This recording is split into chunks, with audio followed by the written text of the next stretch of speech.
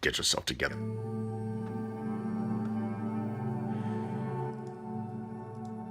Well, I hope you can all hear me.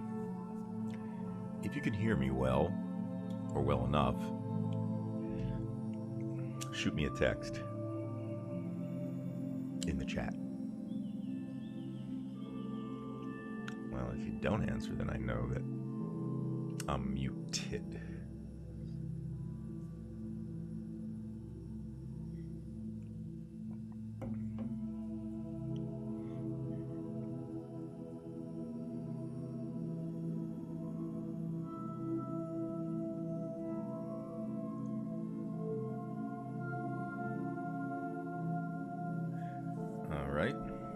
Thank you, Kim.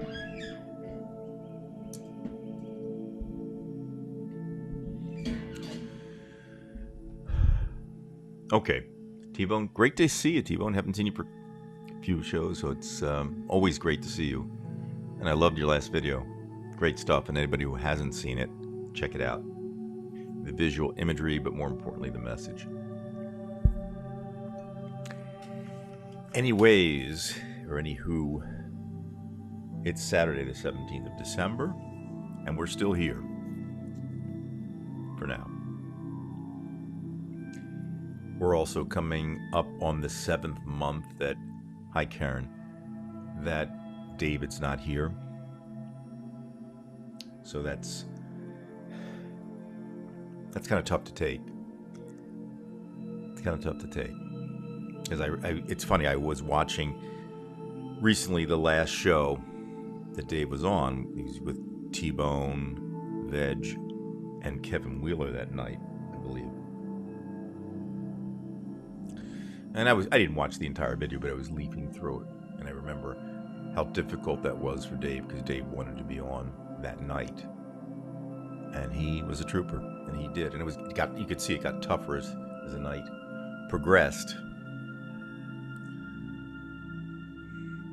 But, such is life, and things have been happening, and again, it's the 7th month, and I'm not feeling good about it. But we move on. We keep going. Whatever that is. Yeah, it was good times, T, and I'm really glad that that show was a show in which we had 4 or 5 guests on.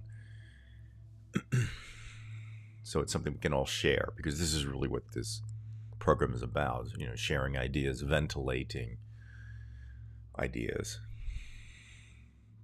And that night was, I don't want to say it's magical, but it was wonderful because we had so many people on. And ordinarily that would be a fantastic thing, but Dave was struggling that night. And like I said, he got through the broadcast. And then that was it. That was it.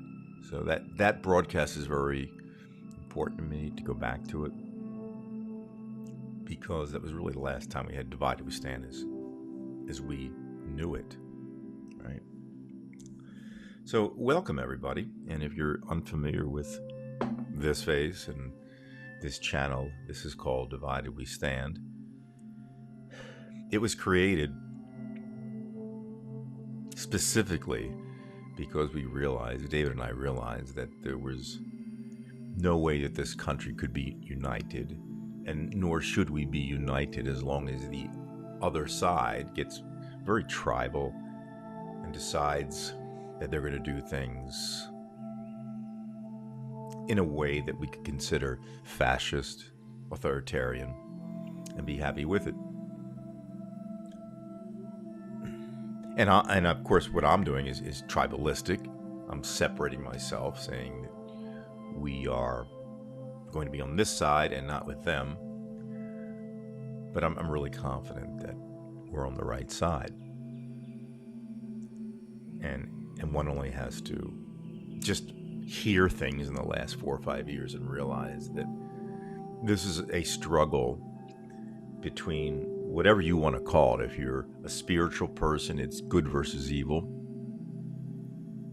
If you're somebody like me, this is rationality versus irrationality. Or if you kind of mesh the two together, it's suffering versus not suffering. Because we've had enough. And this is why we do these shows, because we can join forces. More than that, we can commiserate. And that's, if it's the only thing we have when we lose power, it'll have to be enough. Because we are, as I've said before, we're more or less spectators in this event, but we shouldn't see ourselves completely as spectators. We have to, at some point, be involved. Even if there is, a cataclysmic threat of climate change in the next few years, we still have to do what we have to do. And I remember making an antinatalism video around 3 or 4 years ago, and I made an analogy about Sisyphus. Everybody looks at the story of Sisyphus as, the guy pushing the boulder up the hill, and he does it over and over and over and over again, and it's just the mistake being done over and over again. It's a metaphor for life, the suffering that continues. But in my video, I took a different angle, and I thought of it in a different way. Because I had mentioned to them that although I'm an antinatalist, I certainly don't believe that it's ever going to happen on this planet. I have no illusions floating up there. But I just, do my part. Hi, Bella. Hello, everybody. But I said that the one thing we can say about Sisyphus is that he had a job to do. Right? I mean, he may be pushing it up and it rolls back down, but he had a job. And he knew that. And we have a job to do. We have a job to do. And even if it means just, again, ventilating our concerns, I think it's important. And this isn't over-peddling the ideas, it's just that it has to be done. It has to be done. Last week I talked about a few things that were going on that were bothering me, such as the video I showed of, I guess, an article about Kyle Rittenhouse and a few other things. The Republican Party. It just went on and on and on last week. But this week I do want to talk about a couple of things, specifically about Trump and the NFTs, and I'll get into that. I'd like to also talk about Elon Musk. I know his name's been coming up a lot. And I do want to talk about a schmuck from South Carolina who pretty much represents what the other side is really about, what their constitution is made of. So we'll look at those things today. But again, I want to say thank you for everybody for showing up. And again, if you have not been part of Divided We Stand, we are on YouTube. We ask that you subscribe. We are not monetized. This channel's not big enough to be monetized anyway. We're on the cheap.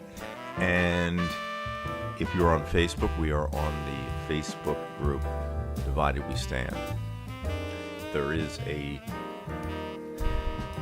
questionnaire that you get in the beginning. You have to agree to the rules and such.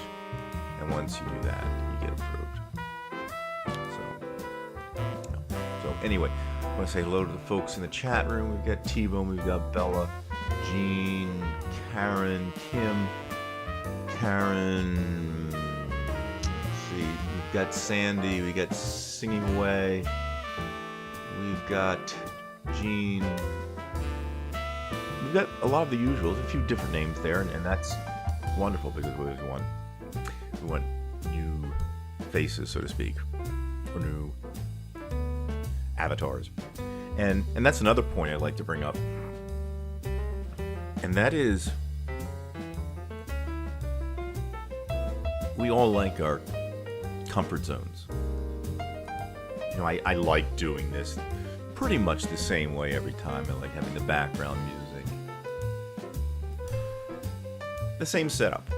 I like opening the door with my right hand. I like taking the same path to my classroom every morning during the weekdays.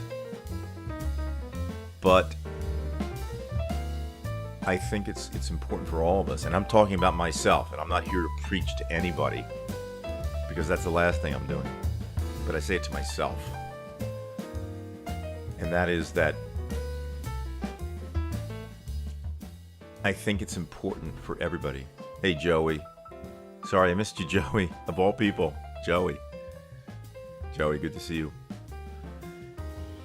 Back to the comfort zones. I think it's important that we all jump out of our comfort zones. I think that's really what limits us in the end as human beings, is that we get caught in comfort. Now, there's nothing wrong with comfort. There's nothing wrong with wanting to sit at a television and enjoy a television show that you enjoy, or to sit back and listen to some music and relax. I mean, that's always good. There's nothing I have against that. But I think for any type of progress, to expand your way of thinking, I think it's important to get out of one's comfort zone. And that's, if there's any regret, I haven't been out of my comfort zones enough. Even if it's as simple as, opening the door with your left hand, going a different route to the classroom, listening to some other type of music that you're maybe not that accustomed to. I think that's where the growth occurs. And in addition to goals and writing down goals, I think being outside of one's comfort zone without taking terrible risks that can endanger oneself, I think that's really the way to go. And so when I see different names, different avatars in the chat room, there's a certain excitement. Not so much as, getting another subscriber or anything like that, because, look, this is a small coterie here, so we're not going to have large numbers. And in a certain sense, it's really, really good in that we can communicate essentially one-on-one. We can have that conversation as we will today. So in a certain sense, the small channel is very lucky. A quick shout out to Veg, love the video, and I know you're going to get that good camera, right? Yeah, you're going to have a wonderful, wonderful display. Everything's going to be sharp. I mean, I don't know what camera you have. I mean, I saw the picture of it, but it looks like a really nice camera. So, yeah, you're really going to like that. So, but be careful. Any blemish, it'll pick it up. Just kidding. Yeah, so, I'm sure you'll enjoy. All right. Today, let's start with Trump and the NFTs. Okay. Yeah. The NFT cards. Non-fungible tokens. It's kind of like this netherworld of it's not quite crypto, but it's not like real artwork, so to speak. It's this somewhere in between. And we've all seen some of these images, and I think what I'm going to do is I'm going to show some from Google. But I want to speculate on some things that I think we have to kind of go outside the box. All right.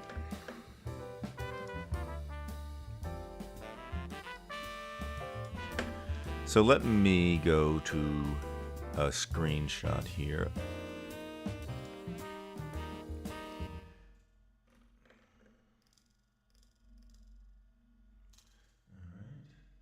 Guess we're okay. All right, I don't want to have any echo, so I will eventually show a video or two. But yeah, let's just look for a second at some of these just absolutely pathetic Trump cards here. Now, obviously, the first thing you think of is that here you go. You have your narcissist here. Okay, he's getting himself a six-pack.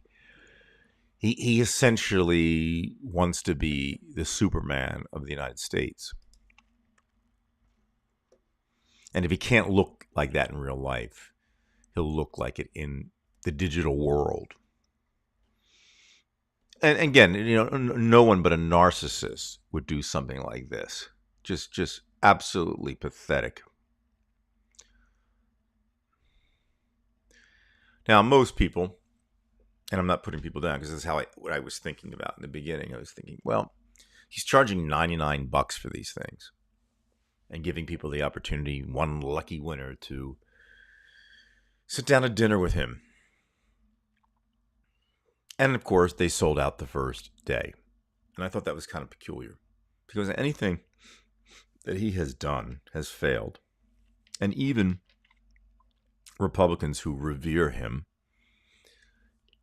are not that quick to put down the money, at least not from my point of view. Okay, because most people are going to act rationally. I mean, am I going to just spend my money, $99, on something that may have zero value at all?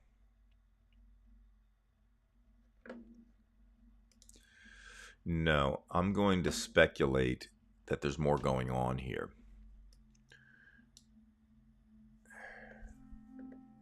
Okay, I don't know what's happening here with the sound.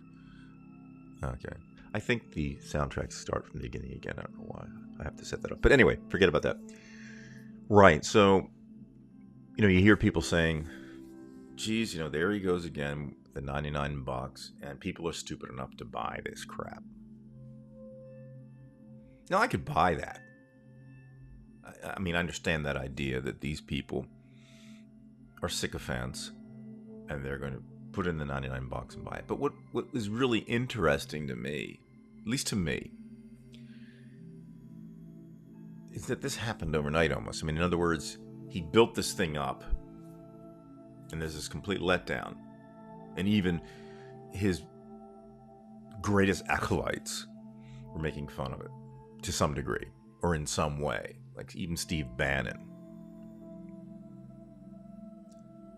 So I was thinking about this more and more. I'm thinking, there's got to be more to this than just, like a QVC sale for 12 hours.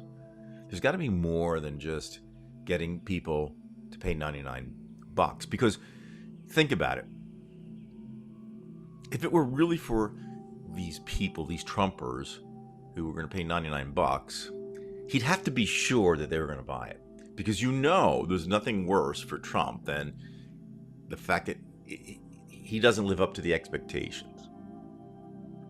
That his crowds aren't as big as they should be. The optics. He loves the optics. And there was a great risk with these NFTs. There was a great risk that it would fail. And there was no doubt that it was going to be a great risk, because $99 and you're not really getting anything for it. It's digital. That could put him in a very embarrassing situation. So you see that, right? He's put in a position of risk. And everybody out there, at least in the media, throws that he's doing this, and this with these NFTs. And they are questioning it. So at this point, I'm thinking, how do we know? And again, I'm just speculating. How do we know that all those people, those alleged people who purchased the NFT, were actually his acolytes, the people out in Iowa, Posse Comitatus people, and the Oath Keepers, and those people? I don't think they're that quick to just give $99. But yet, within 12 hours, sold out.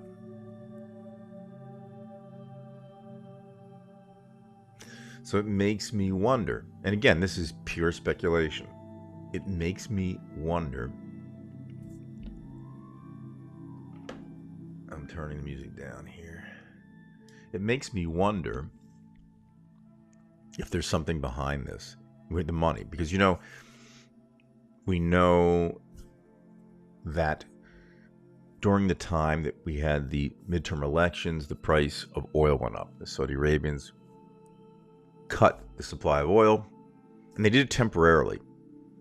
And then after the elections, price went down. And we see price of gas has been going down and down and down, and it means that the other prices will start going down. Although I'm going to make a comment about that also.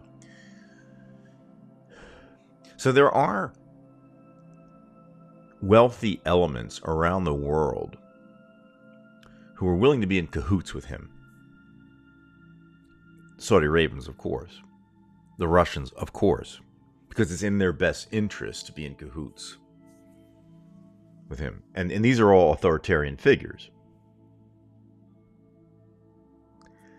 So where is that money coming from? If my speculation is correct, it's not as much his acolytes as it is powerful forces out there. Real forces, I'm saying, people who have the money.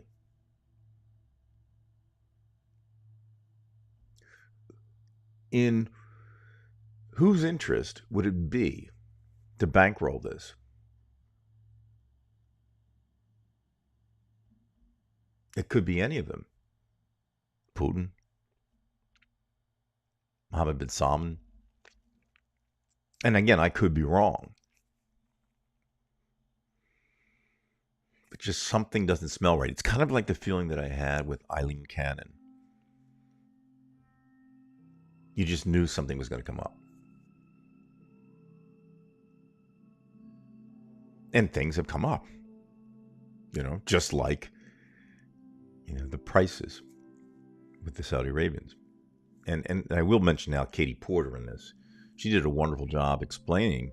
She was questioning some corporate execs. Katie Porter's great. California. Had a tough time winning because, they had redistricting. But she mentioned that if you look at all the inflated prices around the country over the last few months,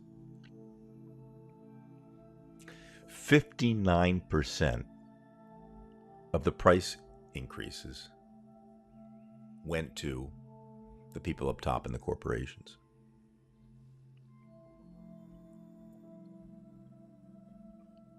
So yes, there's inflation,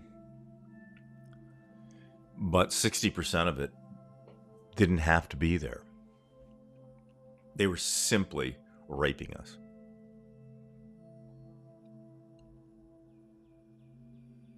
And no wonder my saying on Facebook is never trust anyone with a suit. I mean, I want to be able to trust certain business people. And there are some good ones, but this is the kind of crap that just makes you sick. And to make things worse, the people on the other side, the reason why we have divided we stand, they believe Biden has caused the inflation. Now, it's true that prices are largely a matter of supply and demand. I mean, yes, there are, for example, businesses have pricing techniques, 2 for 1, odd even pricing, those types of things, loss leaders. But I'm talking about just general supply and demand, yes. But the problem is, this is where you have economic systems being influenced by political systems. And Saudi Arabia, Russia, when they start messing with the supply, when you're not having freely competitive forces, you have an artificial number of supply there that's forcing that equilibrium price to go up.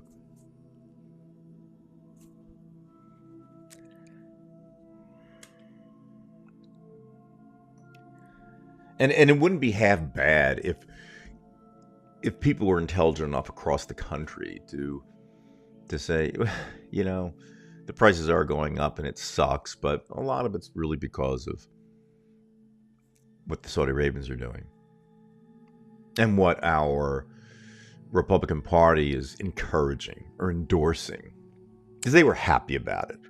Let's be honest, really. They were extremely happy that the prices were going up prior to the election. Schadenfreude. That's really what it was. They were basking in the suffering because it would help them. And if you want to look in spiritual terms, that is evil. Yeah.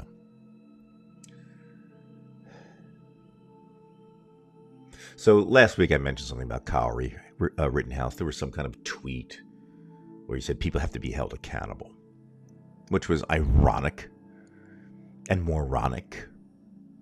That sounds like a rap I could do, right?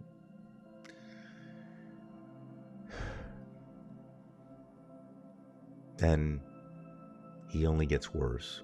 But you see, he's given a platform. This little schmuck is given a platform. Let's watch.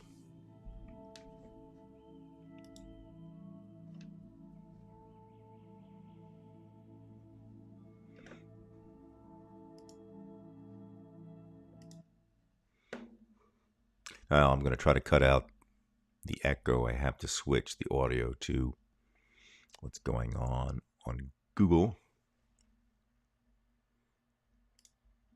right. We'll start now.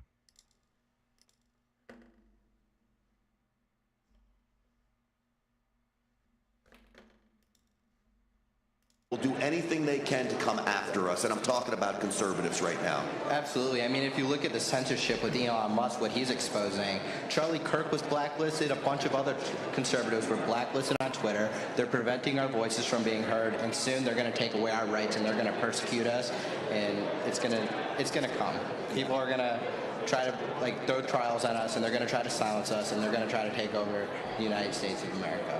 Will do anything they can to come after us, and I'm talking about conservatives right now. Absolutely.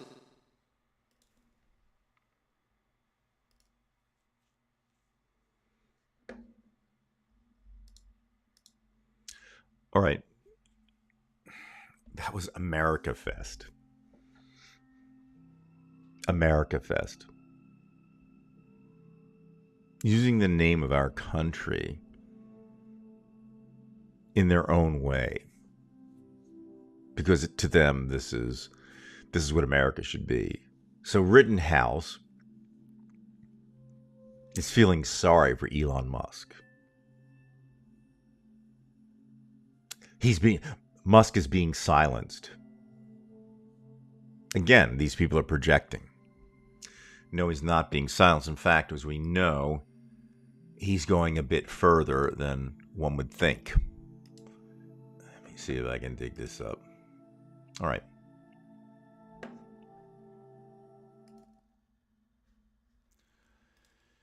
So here's a recent tweet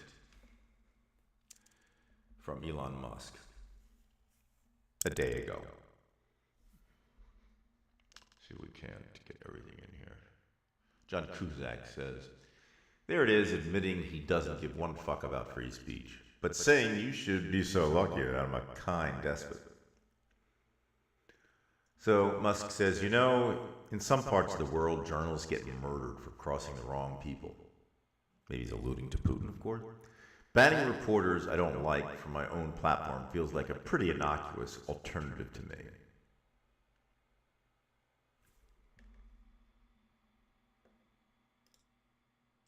So essentially what Musk is saying, that a little rape is okay. Because he doesn't blow somebody's brain out in Red Square, somehow what he's doing is, oh fucking K. And Elon Musk applauds that shit. Rittenhouse applauds that shit. That's what we have. And then to put that bloviating idiot, that 17 or 18-year-old on television, he doesn't deserve to be on there. He doesn't deserve to be anywhere near a television station. He deserves to be behind bars. The man is an assassin. And you want his opinion? He's going to be talking about they're going to throw trials at us? Just like he probably thinks that he shouldn't have had a trial thrown at him for killing 2 people? Doing high fives with the police? Sharing some water?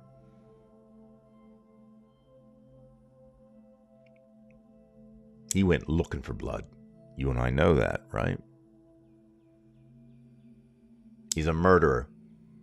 And if it wasn't one of these Eileen Cannons out there in the name of Bruce Schrader, his ass would have been in prison. If it had been the 1920s, he would have been executed.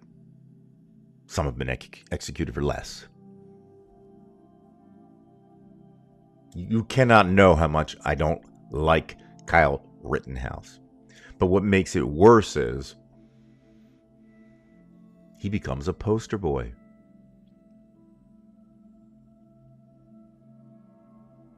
I have a cousin who defended Kyle Rittenhouse.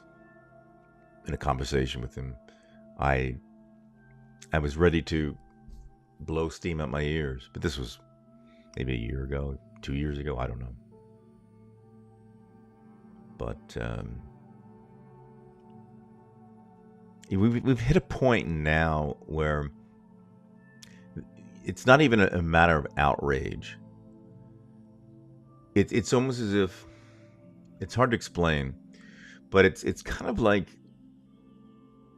I don't know, maybe you've had this shared experience, but when really bad things happen, and for me, it's, there are plenty of bad things. I know that everybody out there, I'm not one to speak. You guys, I'm sure, have all had miserable experiences, awful experiences. But that moment after it happens, that moment of silence, the death of somebody that was close to you or something, a pet, there's this sense that your body just needs to take a deep breath and get serious with itself. And there's that deep emotion, that realization that you see life as it is in a certain sense. You knew it was coming. And now I'm at the point where, although I still am outraged, it's so frustrating, as it is for everybody. I'm surprised we're all not in a loony bin right now. There is a point you get to where you just have to try to tune out. And I really do try to when I see a Kyle Rittenhouse.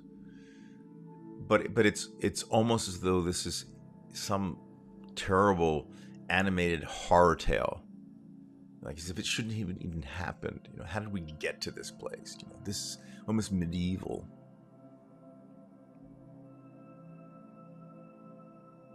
And as I said last week, it's even worse in Russia. Yeah. Speaking of medieval, and again, I'm going to get to the chat room, folks. So, if there's anything important you want to ask me, just hold on for a bit or have a conversation about. Hold on for a little bit because I'm really bad at going back into the chat room. All right, Donald Jr. Here's another winner, as you all know. All right.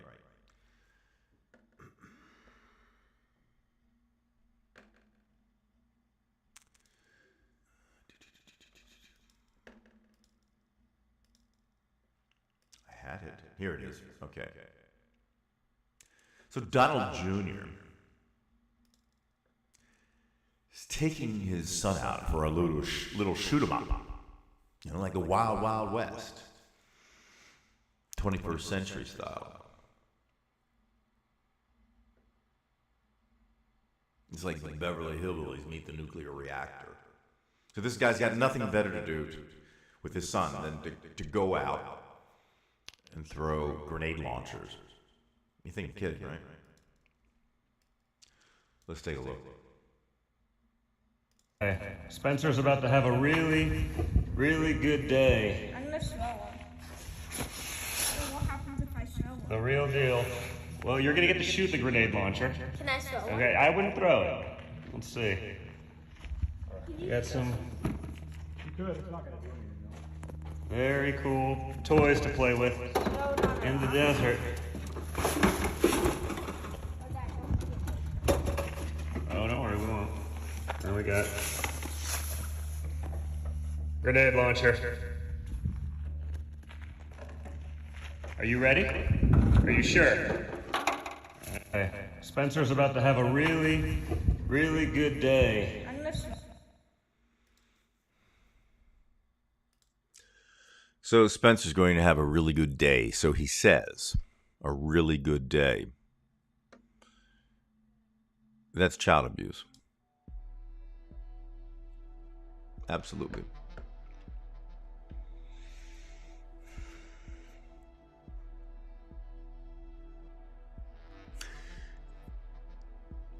With something like that, you just have to look at it in awe, in shock.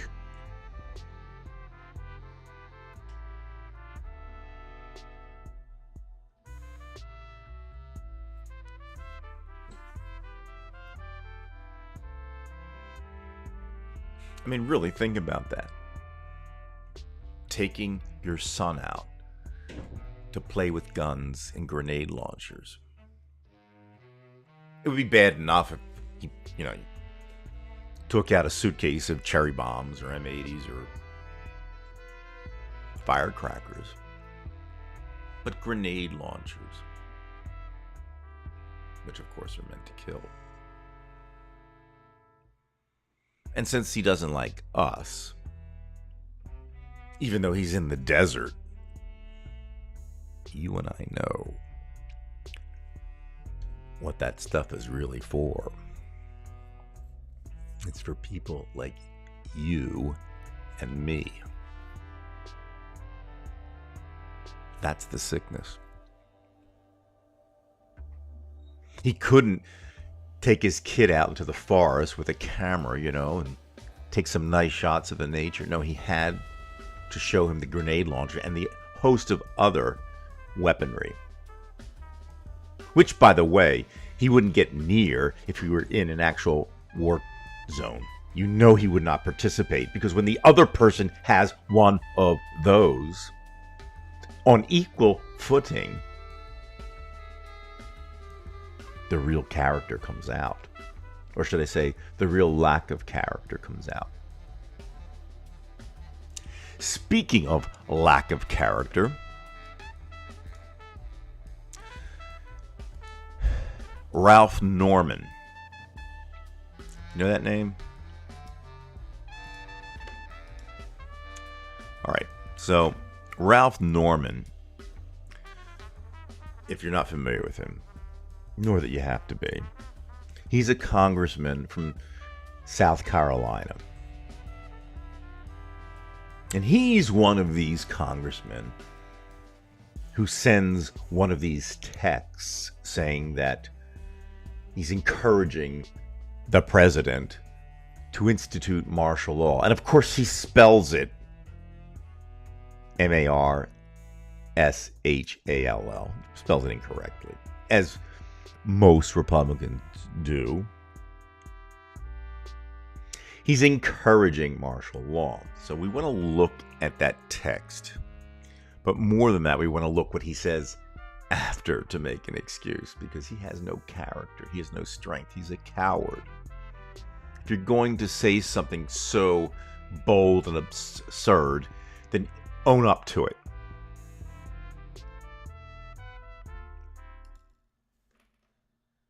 Okay. Let's go to the text.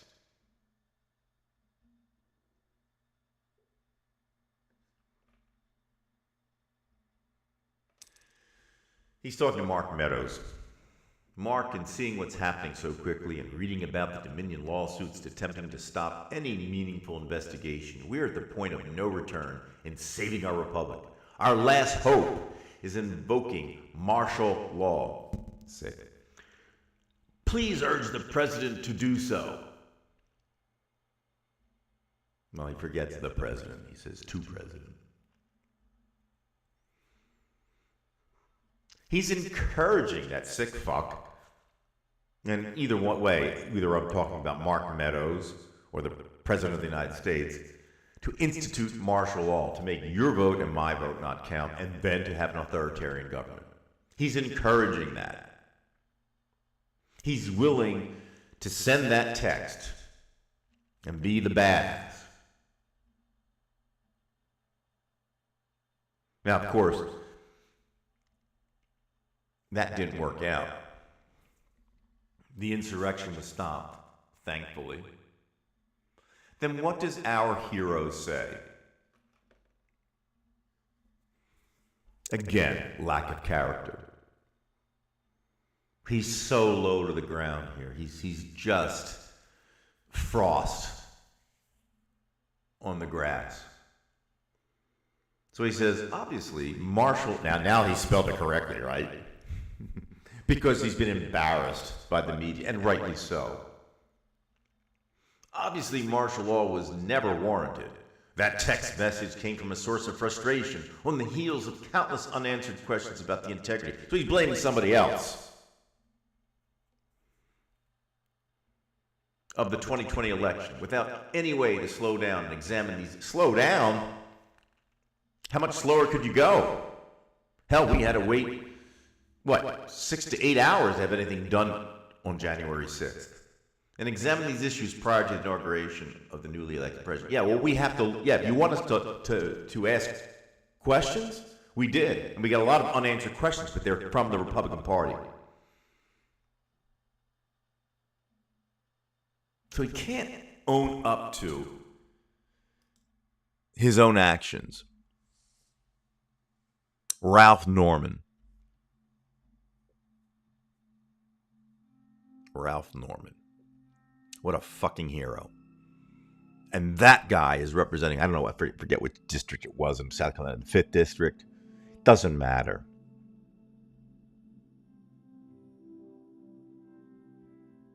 these are the people leading our country. And this is why it's so important to take care of the political aspect, because the political is affecting the economic.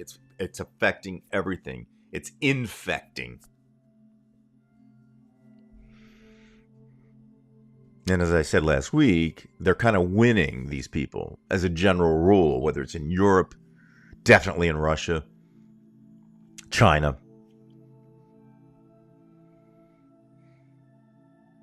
It's frightening. Speaking of Russia, I know I spoke a lot about Russia last week. I only really want to show you one thing. But this is the absurdities that are going on right now in Russia. So they're threatening to demolish London with a nuclear strike. So let me get my face up here so you can read the subtitles. I'll put this on.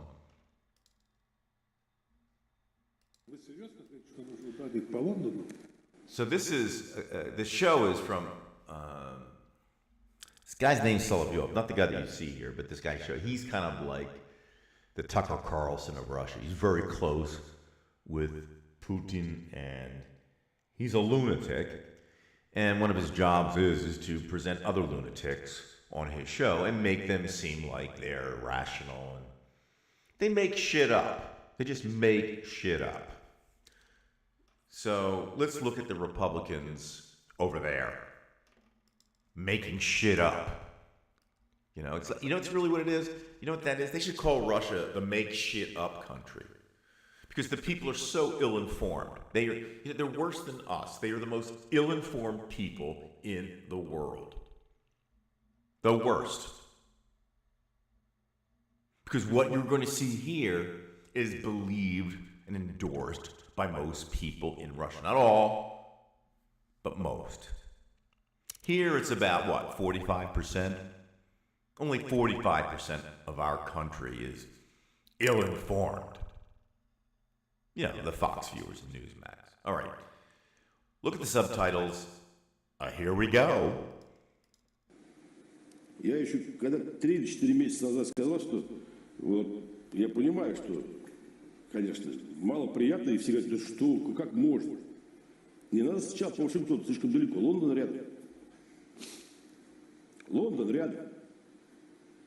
Но ведь сегодня, если брать вот эту Европу, так называемую, то главный рассадник всей гадости – это именно Лондон. Может, вы серьезно говорите, что нужно ударить по Лондону? Я, если помнишь, громче говорю, я не слышу. Нет, серьезно ли вы говорите, что нужно ударить по Лондону? А вы серьезно считаете, что надо ударить по Москве? Они об этом серьезно рассуждают. Нет, это я слышал, но я... Да, то есть вы должны слушать, что надо ударить по Москве, а мы должны стесняться говорить о том, что мы должны ударить по Лондону? Нет, говорить или ударить? Ударить. Все, спасибо, ясно. Именно ударить по Лондону. Это не самое главное, что именно будет Лондон. Ты весь город там поразить, там снести всех подряд. Я еще когда... Now, it really was unpleasant, right? He's saying, I know this is unpleasant, but I want to bomb the fuck out of London. But the lie that's there is that we want to destroy Moscow. Complete fucking lie. Excuse my language, because I'm getting upset. And they spread this all over the country. Their country. That we're saying that we want to demolish Moscow.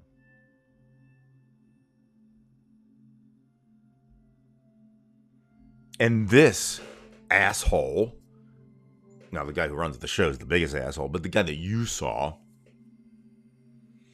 his logic is, well, London's closer than Washington is, so let's just destroy it. Let's just destroy it. Just freely say, let's just destroy all of Moscow. And what's any different? That's the kind of mentality of Donald Trump Jr. Let's just take the grenade launcher and just shoot it at a deer. How's that? Blow it the fuck up. Excuse my language. I'm kind of from Philly.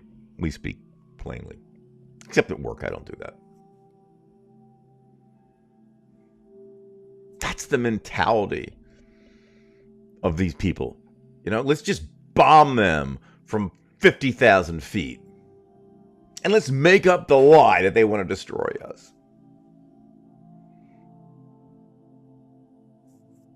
It's no different than Goebbels. Blaming the Poles. Making shit up like they're raping German women.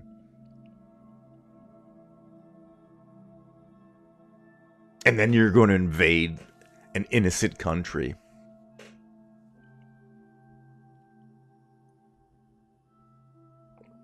That's why we have to vote. Because assholes like that are in power over there.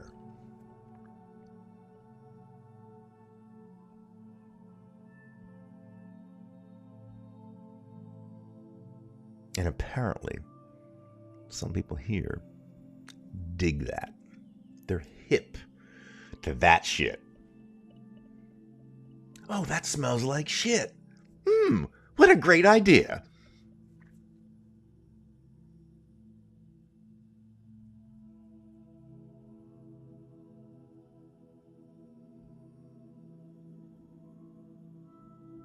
You can't dream this shit up, folks.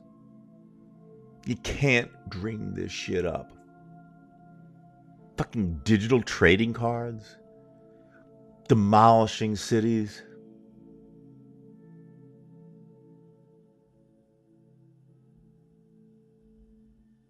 And then our own people are doing that shit. Some of our people are like that. They're like Donald Jr. They're getting up at 4 a.m. to kill the fucking wild turkeys because they got to do it.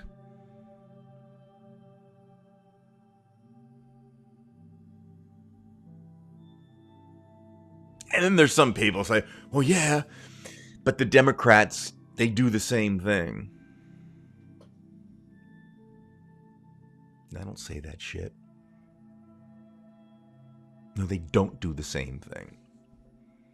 You can't fucking understand. They don't do the same thing.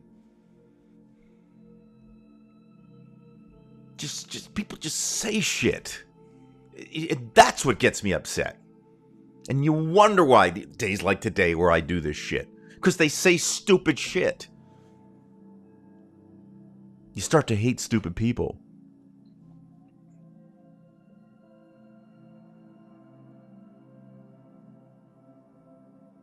And it's not like you can pinch yourself and wake yourself up from, oh, it was just a joke. Everything's cool. We can get out the cotton candy now and relax. So you dream of the terror, right? Like the big wave coming your way and you can't run away from it.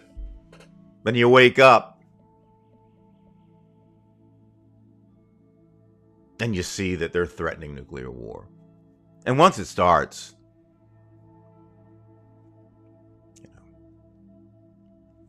even if they don't hit us, it doesn't matter. Everything's going to go wrong. And those poor people in the Ukraine. And we're worried about gasoline being $4. The gall of people.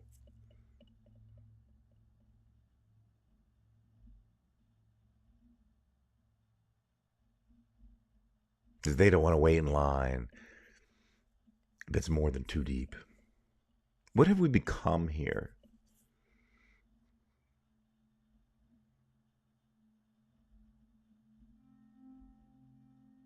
It seems like it was just this straight line leading to this.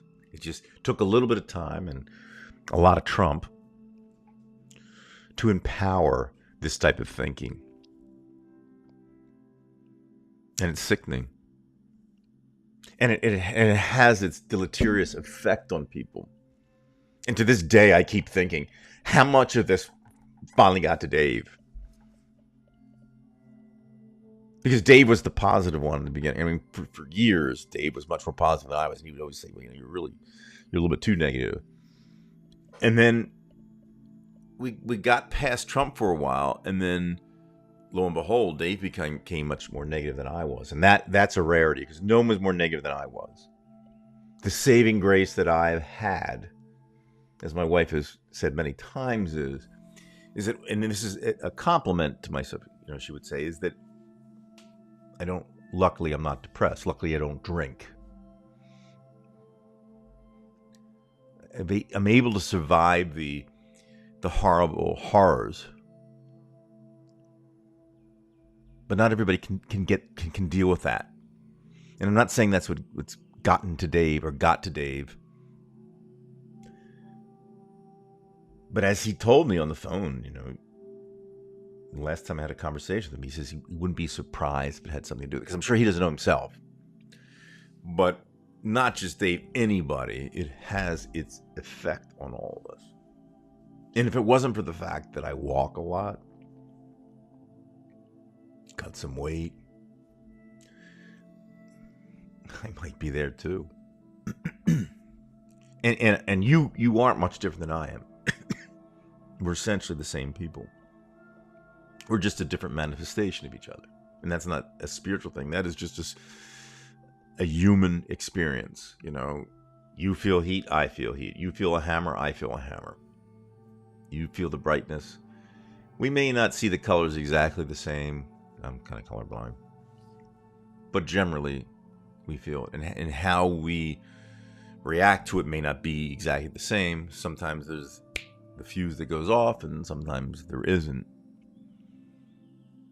But it puts things into question. All right.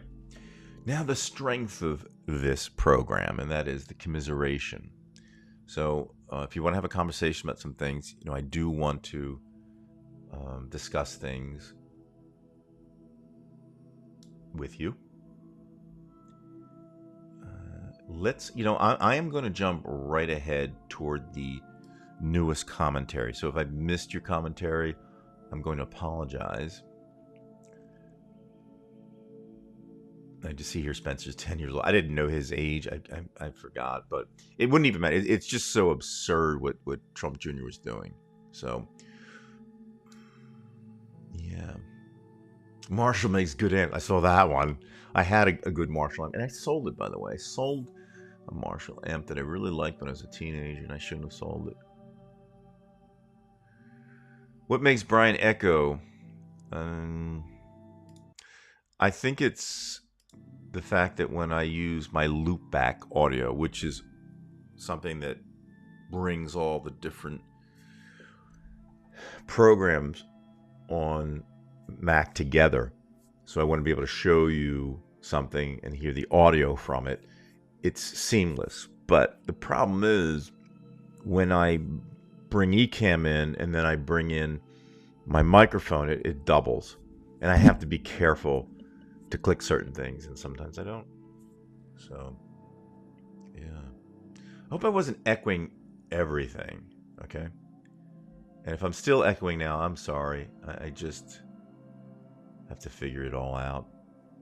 I really don't know. Am I echoing now? Let me go all the way to the beginning. Okay.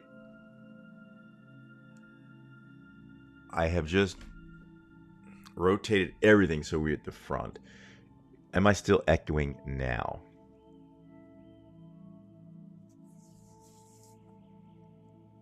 Because what I'm showing here is I have my microphone on and the sound effects.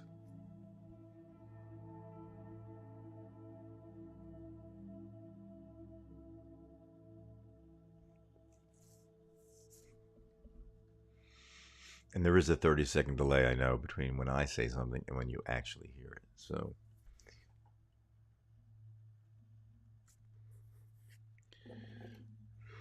we're kind of out of phase, so to speak. Oh, good. Thank you, Trev.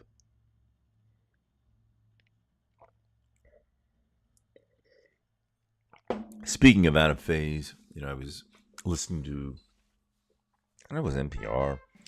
They're talking about time and the bending of time and how two similar stars are there in completely different places that were, obviously distant from one another. Even though if they both exploded in the same way and had the same, mass, whatever, the way we would see that explosion would be a different length of time because of the bending of time of distance. I think that's a good way of explaining it, that time isn't something necessarily, linear. It's just kind of weird to think about that. But anyway, the point is that as I'm speaking now, I know that you're not going to hear this for 30 seconds. So I have to be really, really careful when I hear these responses. So anyway, yeah, that's really all I have for you today, ladies and gentlemen. It was just kind of a way to, again, ventilate my concerns about the week. I guess there are some other things that have gone on.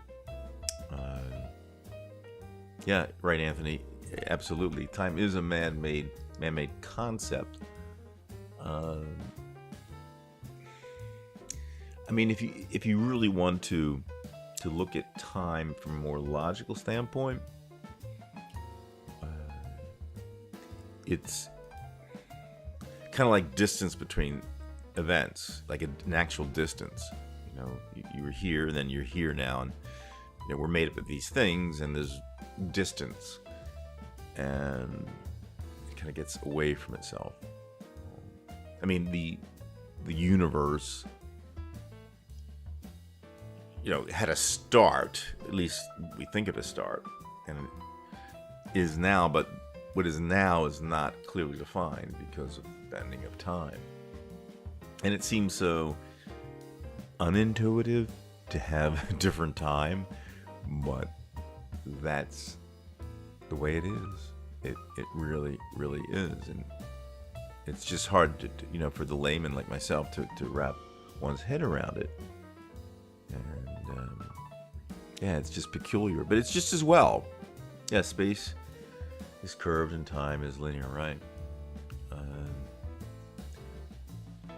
But when you put space into the equation, strange things happen with time. Time is bent, obviously, and that's why if we went far away, our lives would not be simultaneous anymore. In fact, I think they've done experiments with atomic clocks and how if you are at the equator, you're moving faster in one revolution. You're traveling more distance, and that time is slightly different, very, very slightly, and it has to be measured in such a way. And it does make you think. Yeah, I mean, Gene says here, this is why a time machine will not work. Yeah, it does seem that it wouldn't work. But again, I wouldn't want to say an absolute, but it creates a problem because then you have to rearrange the space, right? I mean, unless there's a multiverse where everything's happening at one clock tick at a time, and you've got all these different universes where you have these individual frames, so to speak. Like each universe has a certain frame of time. That's way above my knowledge and my abilities to understand things. But I would think it would be impossible to go back in time, in any kind of real sense. But then again, I don't want to say it's impossible. I do know this, is that Einstein said you can't go faster than the speed of light, of course, unless it's the start of the universe where there's nothing on the other side. There's no such thing as space on the other side. Right? So, yeah, I mean, if you're going to go outside the speed of light, you better be outside the universe. Because otherwise, it might be torn apart. It takes too much energy. It's impossible, right? That's why I find Einstein to be so fascinating that he was thinking this shit up at the turn of the century, right? 1910, 1912, 1915. His mind is just so far ahead of the rest of us. He's able to contemplate black holes and the speed of light and the way the universe works. I mean, it's just such an incredible, such an immaculately rational mind that's able to think at such a level. It's fascinating, how he could think that way. And that's, he's from 100 years ago, right? Just absolutely fascinating. I mean, we can talk about people like Tesla and shit like that, but I remember Emendum said something interesting that was quite true. He said he wasn't really impressed with Tesla when you compare him to Einstein, because, basically what he did was, he was able to have an electrical charge that went, 10 feet underground. That's about it.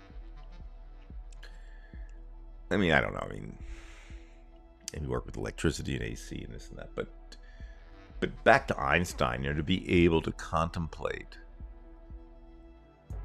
things that we can't even contemplate now, that we're just now. It seems like every time we figure something out, it was, it's proving what Einstein said was true. At least in many cases, not all of them, but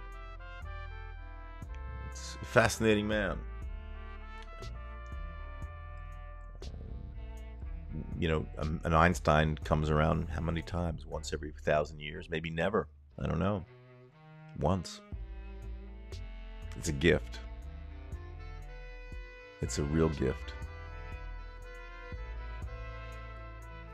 And only we can do is just, we're just spectators in this thing, to a certain extent. We're spectators.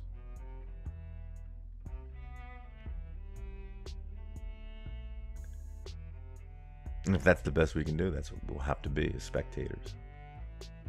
Right? Yeah. Yeah, Gene, as you said here, the universe expanded faster than light during, right. That at that point in time, yes, much faster. There was so much energy, and there was nothing on the other side to stop it. There was nothing, it's not like photons, or, it's just the way they move from one space to the next. It's just a property of going the speed of light. Whereas when it expanded, you're expanding into a void. There's nothing to stop it. Just its own energy or lack of energy. Right. Well, I think, Singway, I think you have to play it that way, right? I mean, we all need to actively participate, and that is important. So maybe I should put an asterisk with the spectator, because I want to make sure that I'm clear about that. In this certain sense, we're spectators in that, we can't, as an individual, change everything, or as much as we'd like sometimes. And when we do have to participate, as though we could change it all, because, when you have people like us who work together, there can be a synergistic effect. We work together, we can get things done, with a little help from my friends, kind of thing. John Lennon. I mean, we can do that. If we all turn off the light before we go to bed, we'll save some energy. If we all throw our trash in the trash can and use less plastic, then we can do something. If we all don't eat meat, there you go. Didn't eat meat. Okay, there you go, Gene. If we all decide not to eat meat, we can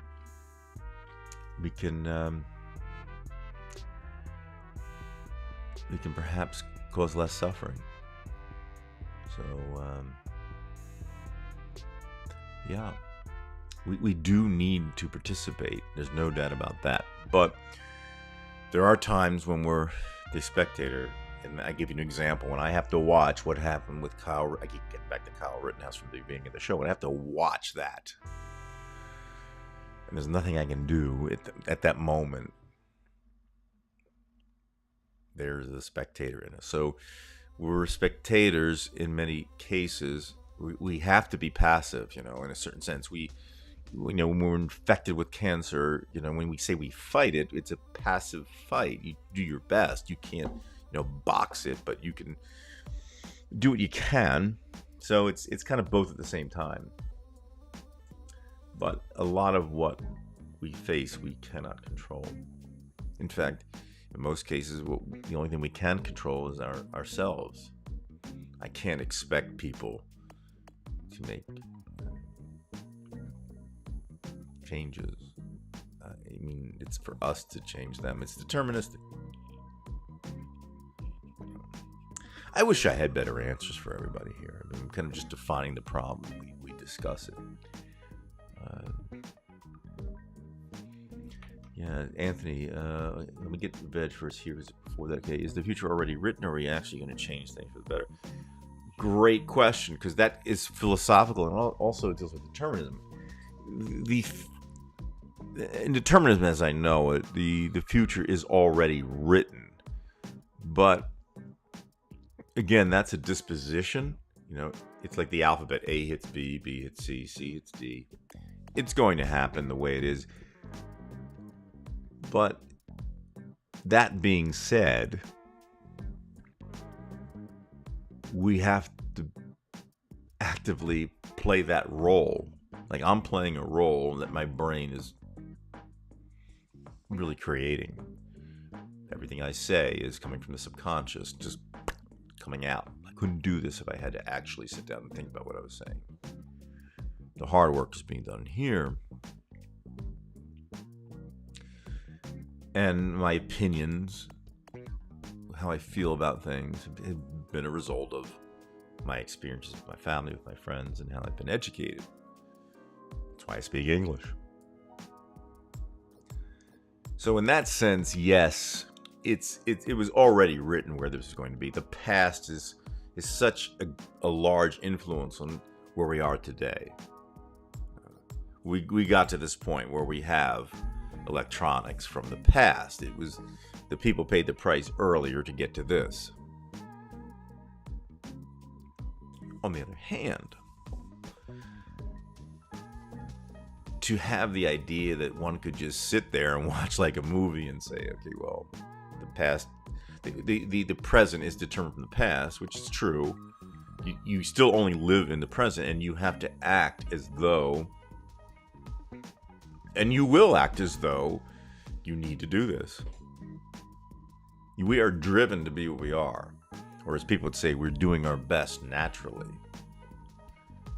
But I think that there is something, even what Dave said, is Dave believes in certain instances of free will.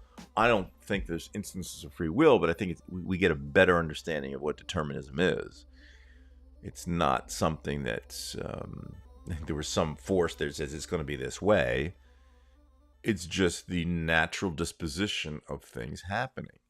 And we are what we are because of what's been around us. I just didn't come out of the blue and figure something out. Although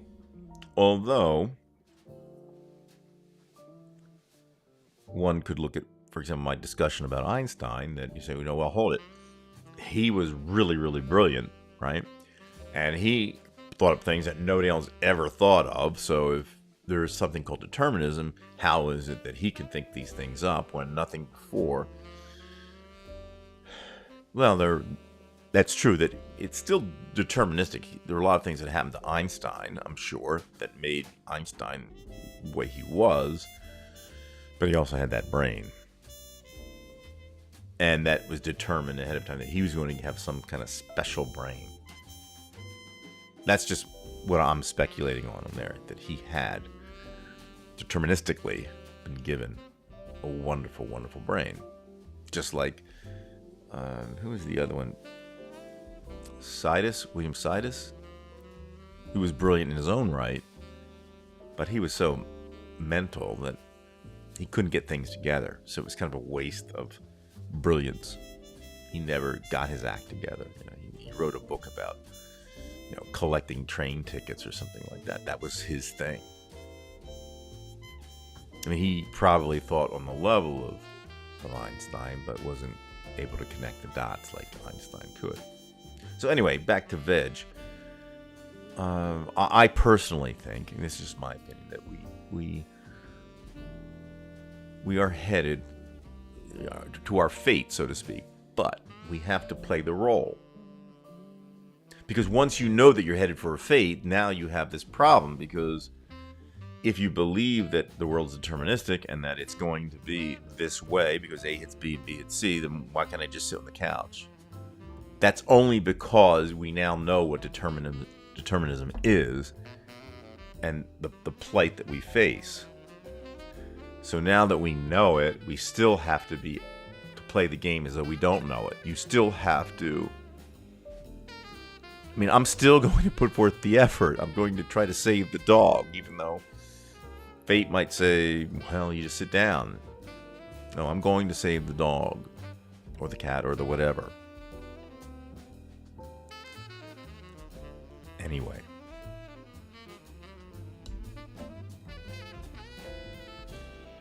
Alright, let's see where I was. I think we can change for the better. Maybe it's written that we, back to Veg's thing here, because we still actively participate, we can change things for the better. Even if it means ending everything. But because at some point we may come to that. Although I don't think people are going to accept that. Just too many distractions. Dictators are cancer on the humanity on this planet. Yes, they are. They absolutely are. They make life miserable for billions. You're absolutely right, Anthony. And apparently, a lot of people like dictators. You know, there's a certain reverence for them. You know what I mean? It's frightening.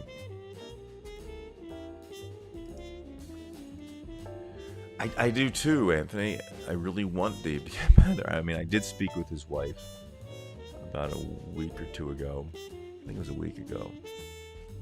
And I didn't really want to go into the conversation because it's kind of private, but that's not trying to hide it from you. I just think it's, the mature thing to do as a friend. But in general,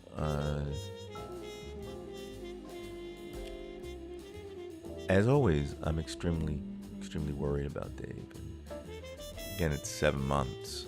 And the longer, again, and this is just me saying this now, the longer this goes, the more depressed I get about it. Even though I don't get depressed per se, this is a very depressing thing. It's a good friend of ours, you know what I mean? He's a wonderful friend of mine. 7 months is a long time when you're 70 years old. If I knew what I could do, I would do it. And in fact, sometimes when you do try to do something, it only makes it worse.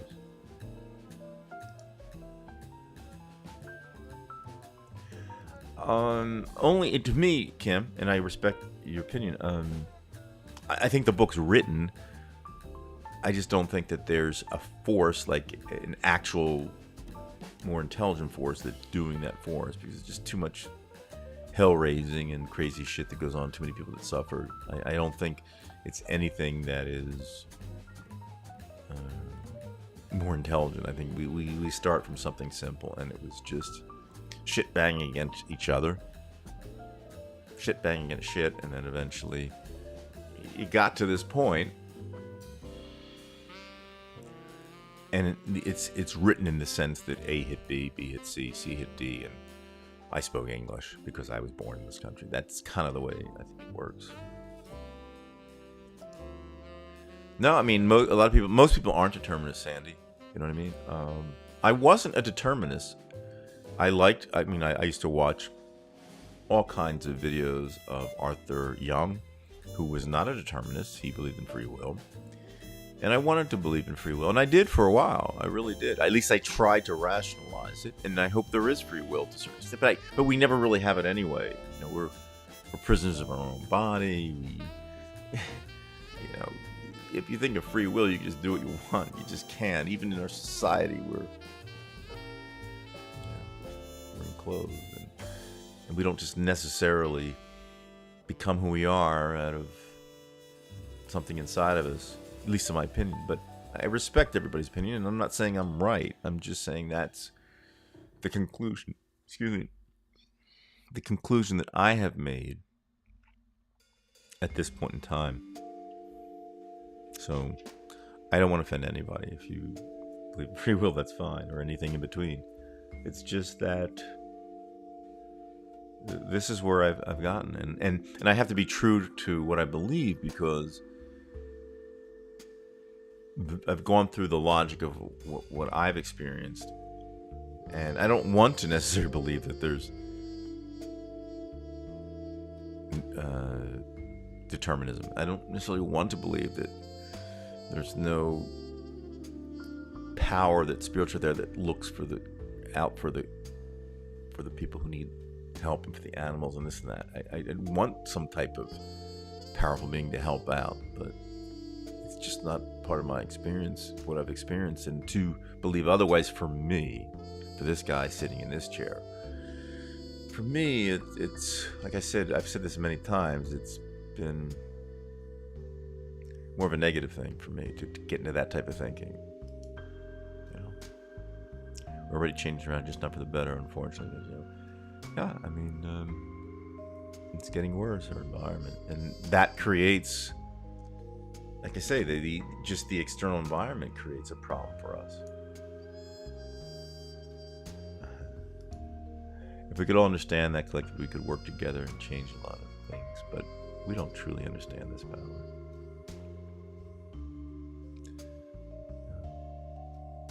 Everybody's kind of into this power thing too. Like, I'm not talking about you folks. I'm just, these powers. I'm kind of sick of power. A little bit less of it. It's the action, not the fruit of the action, that's important. You have to do the right thing. It may not be in your power, it may not be in your time that there'll be any fruit. Yeah, I like that. Yeah, because there's another you out there, as Amanda would say. There's another you out there that's coming. Doesn't look like this, but there's another person that's going to experience the world. Why would you want to leave it so that it's worse? I mean, it would be nice if we would have our just desserts and things would be nice, but to just say fuck it, and not do anything, you have to believe that action, small as it may be, not even a butterfly effect, just that action, or maybe that collective action, will make something better for the next person, because it'll matter to them. It'll matter to them. That's very sad for the planet and all the planet. Yeah, well, and it's interesting, Karen. It certainly looks to me as though, because we're all kind of like tubes, if you're in this universe, there's got to be some type of tubular event going on, energy coming in and going out, that kind of thing, stealing energy. That this kind of shit's happened for 13.8 billion years in this universe, and if there were other universes, it's been going on. And I'm sure a lot of life forms just didn't make it, not only from evolution, but the fact of wars and things like that. It just had to happen. If it did, which I assume, or not assume, which I speculate did happen. And I think it's, Karen, it's the system itself, this evolution. It's cruel. It's cruel because it leads this way. It's that competition, right? And then the suffering. We have these sensors that feel pain. It'd be one thing if we didn't feel pain, right? But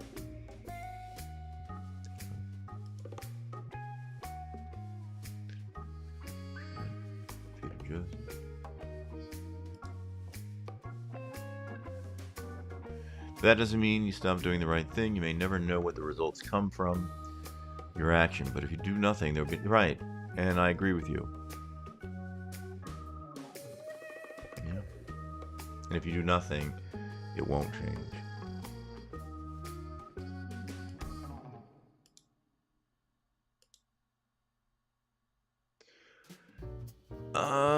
Yeah, I mean, Anthony, I think that all of us know that death isn't really the problem. We've been dead before we were alive, right? I mean, do you care about 1712 or 1812 or 1912?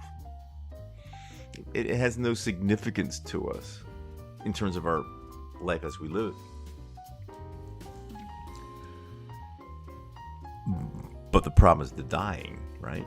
So it would be nice if, that when you have that pain, that you could have a kill switch, so to speak. They could just quietly, gracefully let you go. But not all of us go on our dreams. Some of us get crushed in an earthquake, under 17 stories of concrete from a building. Worst way to go.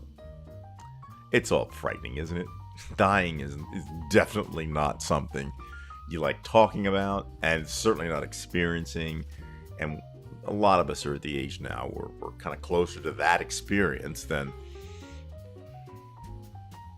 the birthday cakes, right?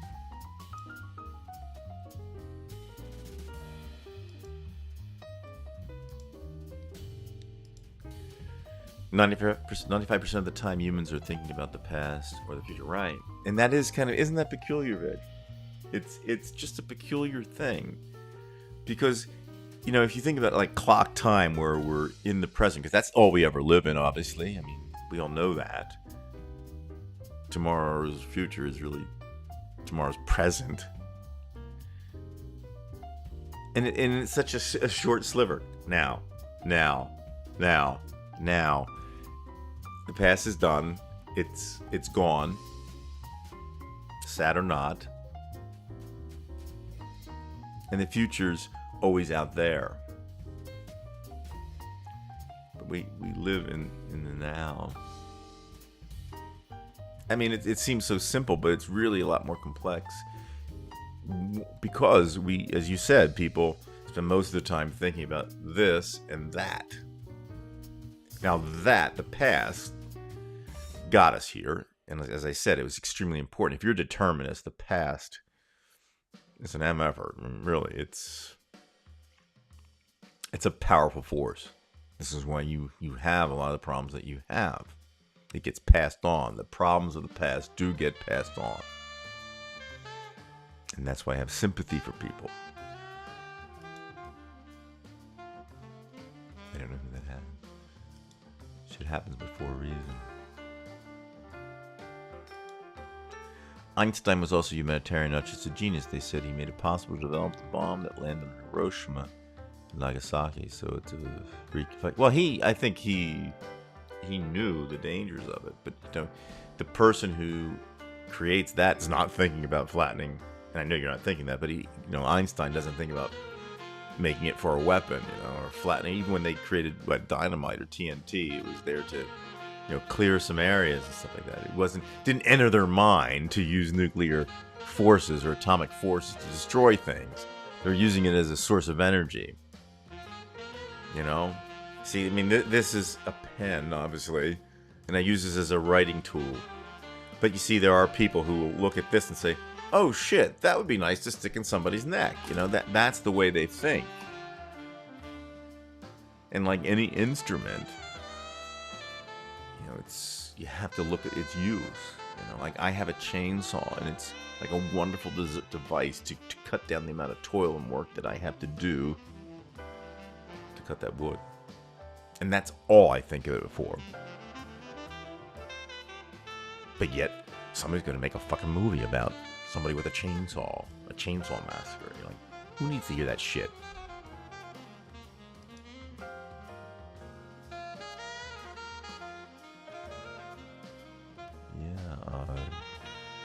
Right. I agree. Humans will be extinct before fission can make the difference. Too many trillions of dollars. Well, I would tend to agree with Trev on that one. It'd be nice if we can get the fission together, and we've had some really good news in the last week. But the race is on. But it doesn't look good, Trev. It doesn't look good, and I think that's basically what you're saying. It doesn't really look like we're going to get to the finish line. Too much Too much Trump stuff out there, so to speak. Einstein was a child of trauma, though, so his genius was filtered through a particular emotional screen. Yeah, I would agree. I would agree.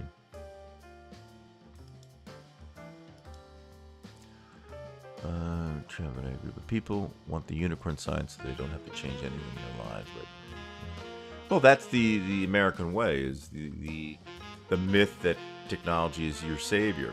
Now, it is in some cases. It's certainly saving the Ukrainian army, right? They're facing larger forces, powerful forces. But with a little bit of technology, they're fighting back and winning. I'm not saying that's the answer, but I'm saying that is the myth that technology will do it. It'll do some things.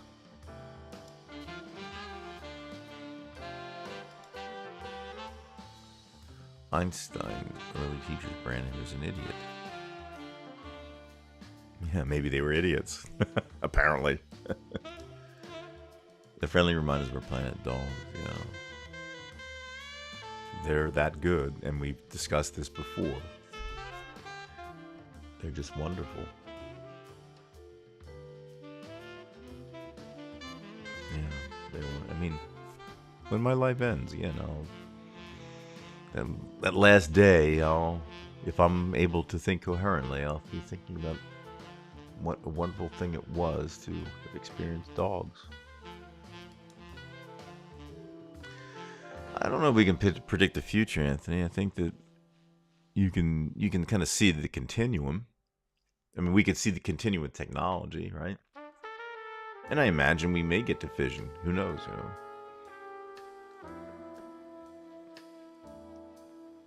But I think certain things we can see. Yeah. Can you predict it exactly? No.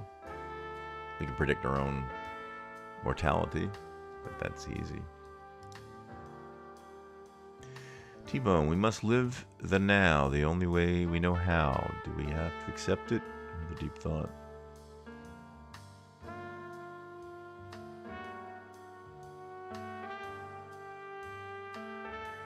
Yeah, sometimes it is. You just have to live. I mean, you know, you get a lot of people who say, what's the meaning of life?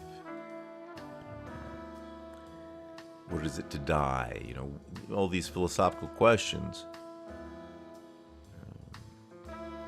I think when it, at least again, this is just my opinion of this guy in the seat, I think the bottom line comes down to comfort.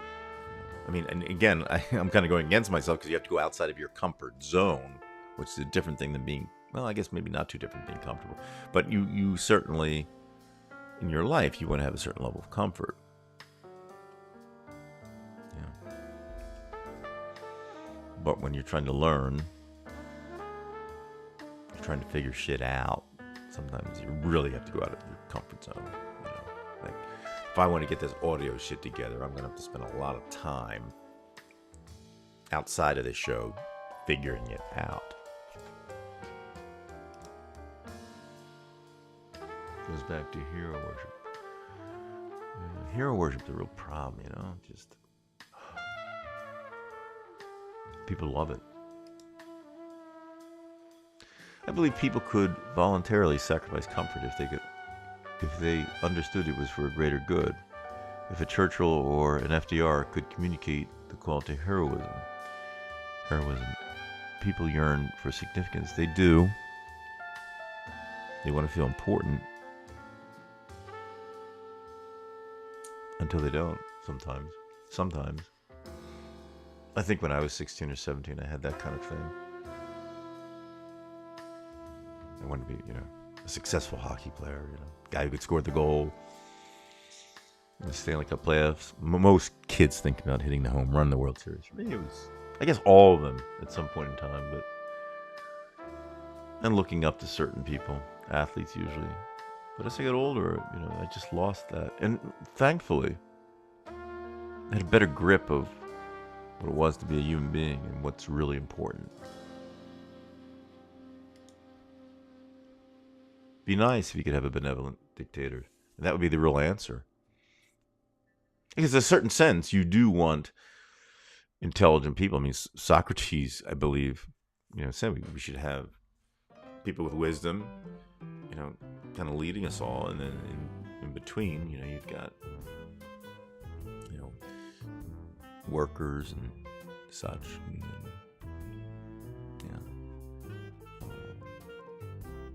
it would be nice,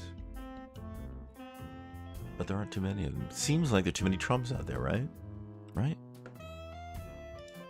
Because they're greedy, and in a certain sense, that's the evolution of things. It's a greedy DNA in there. Some guy wants to just be with all the girls, right? Just can't help himself.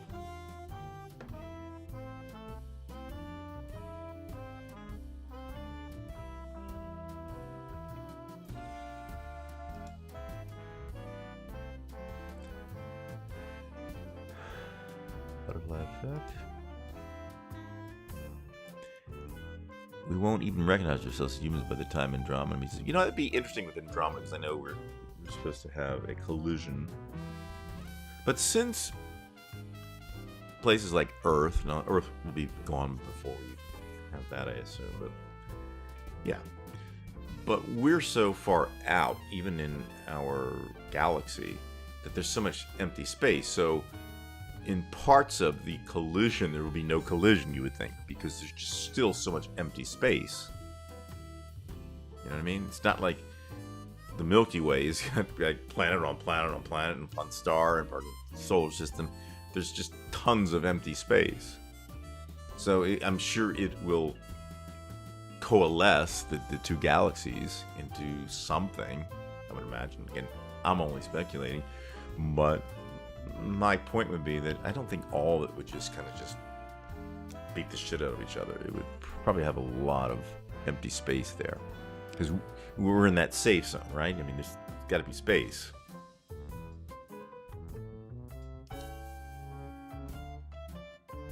Yeah, alcohol, yeah. Wonder if we survive, what we'll be about to look like. I don't know, we're going to even make it close to this. Once you get past the urge, it becomes easier. 26 years so here. Tony, you can do it. Yeah, it's a tough thing, I guess. It's just tough, I guess. Addictions in general are really difficult to deal with. There's some research now on generational trauma, which causes change in the DNA, which is passed on. Yeah, I've discussed that with my wife. And I wouldn't deny that's possible. I mean, anecdotally, like my wife has known some people whose parents were survivors of the Holocaust, like concentration camps, and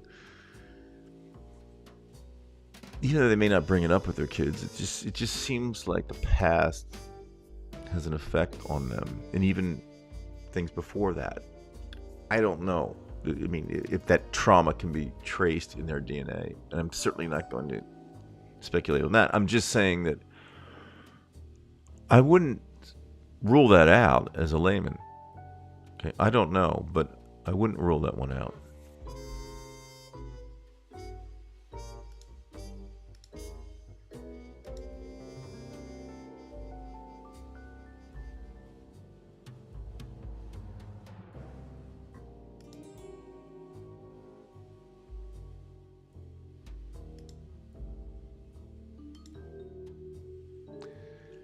Yes, pens can be a twisty. Yes, Joey, I remember that. Did you ever steal any of my pens, Joey? Right. Yeah. Good luck, Anthony.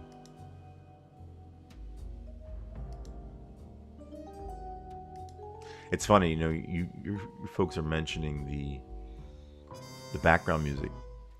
Believe it or not, I know this is going to sound strange, but when I'm doing this show, and I know it's on, I don't even hear it. I literally don't even hear it. I'm so used to it now, and it's kind of a good thing. I am completely tuned out from the music. Not there. I mean, I know it's there, but again, I don't I don't even notice it until now, right?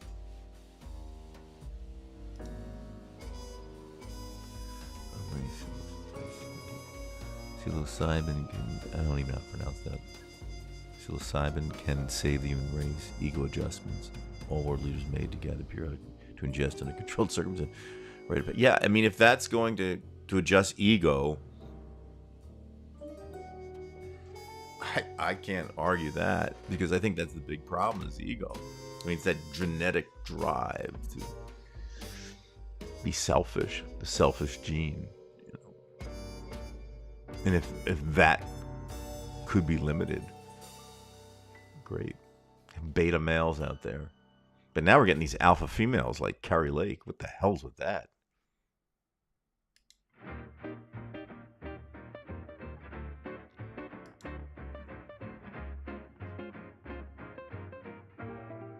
Well, we eat change. Yeah, I believe that. That I do. And you know, the reason why I say that, Gene, is this. I know that identical twins have, coming out of the womb, they're exactly the same for the exception of their thumbprints. I think that's different. Their fingerprints or their thumbprints? I think the thumbprints, but it could be all fingerprints. I'm not sure. But I think that's the only thing that's different because of the placement within the womb. But even with identical twins, if they are disjoint, I mean, space-wise from them, or they're in a different environment, over time, they may not be the same height, they may not look exactly the same. The food does have an effect. So I would agree 100% on that. 100%, yes. Then LSD like 10 times one bad trip wasn't the drug's fault, it was the Satan's message. I don't do that stuff, but I know a lot of people have. I'd be too afraid to do it, to be honest with you.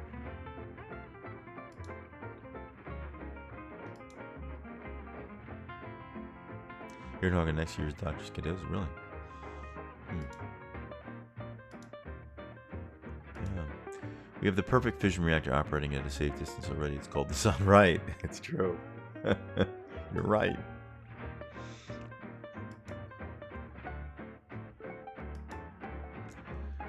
Just interested from German Jewish people, so I probably have some things. That's not too long ago, though. You see what I'm saying? The camps are only, 80 years ago. That's not long ago. I'm thinking, Eastern Europe, 300 years ago. Those kind of things. Thinking Africa. Yeah, it's just, it's unthinkable what it could, if that can be passed on. If it does. Yeah. Chinese medicine.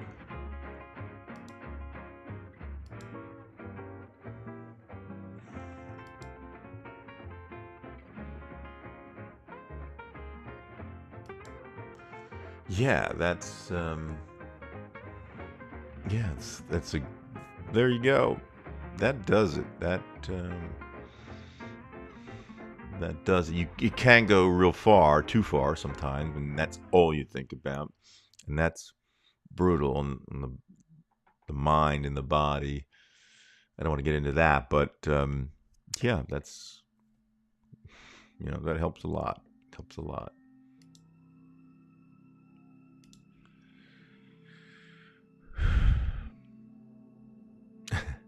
It's funny. Yeah.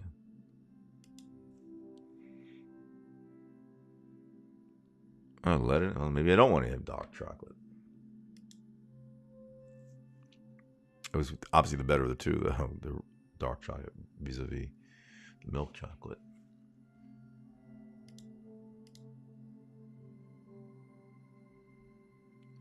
I really hope not, Sandy. I mean, I don't eat a lot of chocolate, but still, there's just so much shit. You just don't expect that.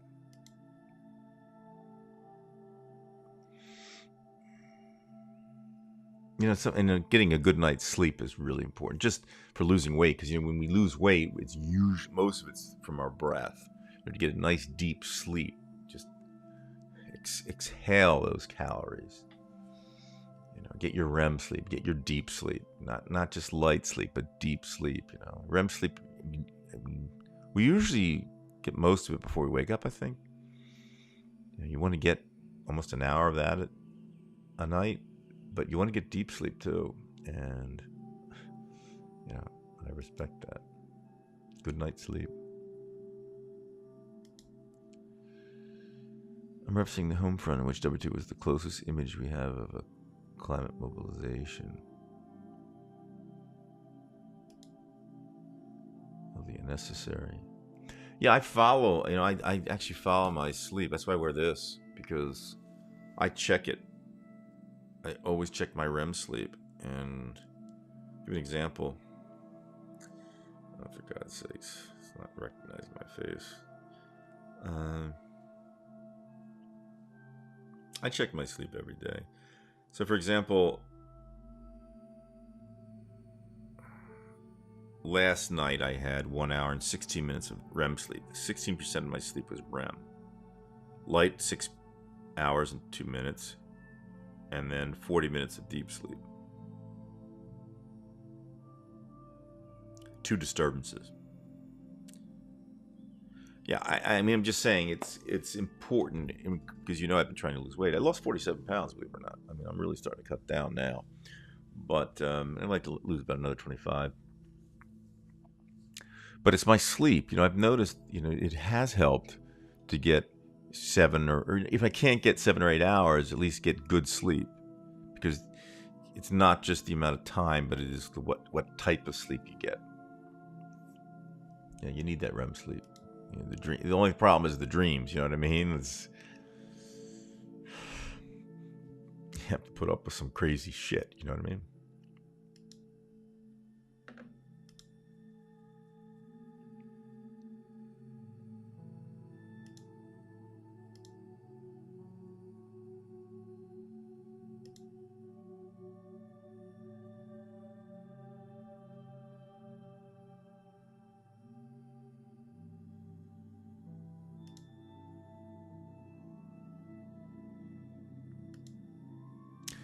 We could have a benevolent climate czar who would rotate among various people. Well, we have a problem. We have a fossil fuel czar, and that would be Vladimir Putin. He is like the leader of, carbon expulsion. That's his whole game. Fossil fuels. And some people are behind him too. Trump would love that mansion. But Putin, he's one of these guys. He's worse than Manchin.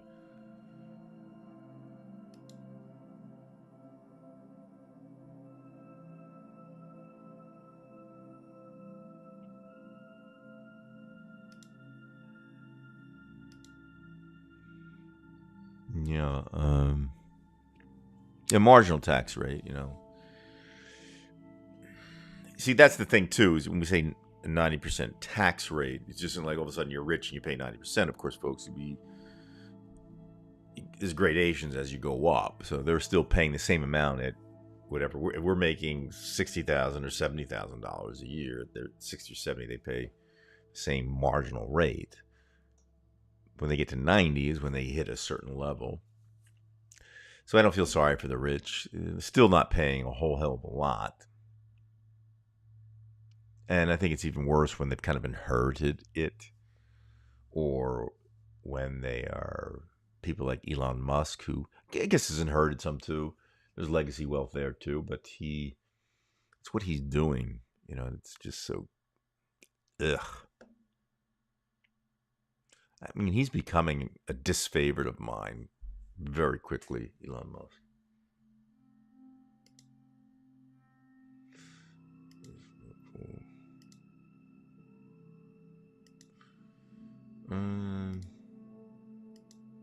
I guess I'm still a little bit behind. Thank you for the live streamers very much. It was interesting and best, Julie. Thank you for coming, Gene. And if you can, subscribe. If you can't, understand. What was that song, from Nirvana? Lithium. He found God. Found lithium. Okay, artificial morphs. Okay, Mark Bryan, can you agree that regarding politics, NPR, just like the rest of the corporate media, protects the corporate politicians at all costs? No, not at all costs. No, they, not in my opinion. I mean, a lot of the money that goes into NPR is from donors like you and me, so to speak. I mean, there is the federal government that does give some money, but a lot of it's still from just normal people out there. And I think, like any news organization, you have to look at the individual. Like Terry Gross. I don't think of NPR as like one monolithic thing. I see it as a collection of selfish gene, like the DNA. Yeah, sure, play on words, but I think in terms of the individuals. If you are worth your weight in journalism and you have character, you do your job the right way, and you don't think corporate profits. You just get fired. It's like when you hold a position in a school district, and maybe you have an administrative position, and you are at odds with the school board. You either stay with what you're doing and get fired, or you go along with the school. It's just, and people do get fired. Whistleblowers. Yeah, there are a lot of good people out there. I mean, there really are, and I'm not. It's just not some trite saying. There are a lot of good people in journalism. They're going to save us, and they have saved us through their work. Like people with the Washington Post, as David said. Like you look at the Times and the Washington Post. I mean, the Times is still probably considered the top, but the Washington Post, when it comes to politics, because they're in Washington, they're probably ahead, and they have great reporters, young ones too. So no, I don't like to encapsulate a network and say they're all corporate, this and that. Yes, there are corporate influences, but the journalist, if he or she is true to his or her character, it will come through. Because I believe in some people. They're good people, like yourself. Say, no, I'm not going to do that.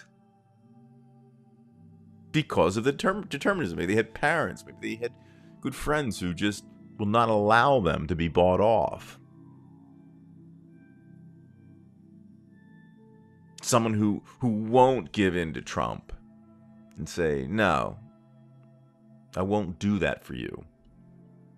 Fire my ass if you have to.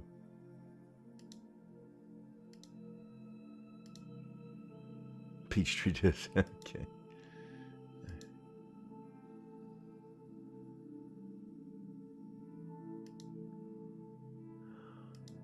All right, folks, it's getting late. I'm gonna see if I can just run through these really quickly. Sweet dreams. All right. Well, composer was from Austria, Los Angeles. Been here all the time.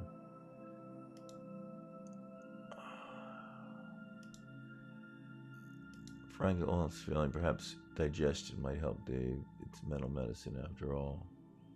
Ingestion. Ingestion might help Dave. Weed helps me sleep. I just hope the best for Dave, man. I mean, and Gary, I'd say I've spoken with Judy, but Dave can't speak with me. He can't. He can't speak with anybody. He doesn't want to. He can't. He doesn't. He doesn't. He can't. So I will never, dial his number until he's ready. Because it only gets worse. Yeah, the Boer War. I remember watching Breaker Morant. What a great movie that was.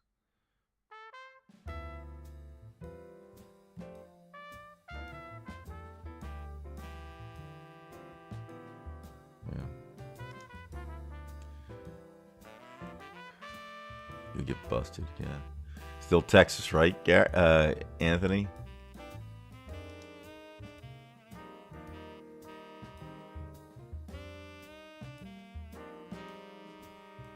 The moment I start realizing I'm in a dream, I wake up.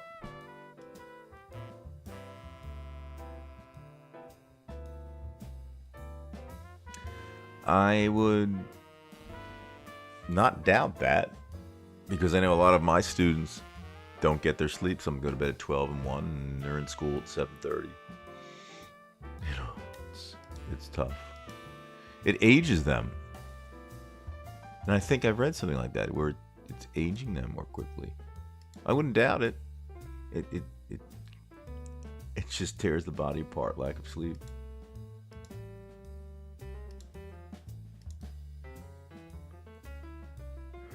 I'm sorry I'm not reading all these folks. I just kind of pilfering through here.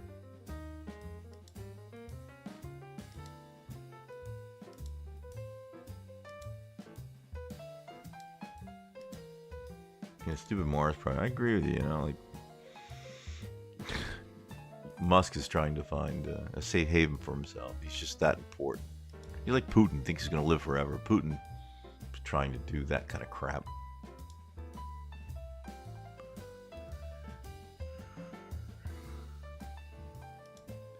Yeah, good night, Sandy. Good seeing you.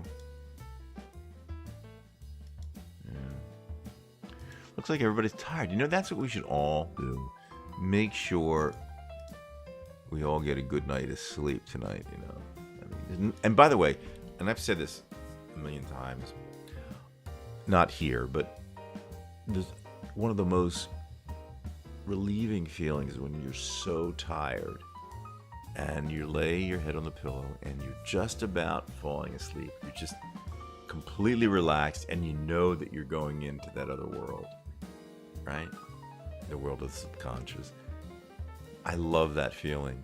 You know, I look forward to it. It's just, it's exquisite being that tired and just falling off in a minute, you know. I just love it. It's just, I just love it. Love it. I love it. I love it. All right, everybody. Oh, Epi's there? Epi from Scotland. Thanks for showing up. See, I haven't been seeing all the names here, and I feel so ashamed that I haven't. Look, I'll figure out next week. I forget. I guess the 25th is Christmas night, Saturday, so it's... Yeah, good night. This was infused with sadness and grief. I hope you have some happiness. Oh, I have happiness, though. I mean, I'm okay. That's what I said. I'm disappointed with the universe in general, but I have my good moments. I don't complain. I'm okay. But thank you, though. That's very nice to say. I am okay. Yeah. All right, folks. Thank you for showing up. And maybe I'll do the show Friday night next week or something like that. Because, you know, Christmas night, it's, whether you're religious or not, it's just, sometimes you just take off from it. So, but I'll have a week off after that. Real nice. All right. Get some good REM sleep and deep sleep tonight. And you can tell me about it next Friday or Sunday. Yeah. I gotta get sleepy. I hope so. Rest your head on the pillow, folks, and enjoy and have that sleep that we all deserve. Yeah, something like that.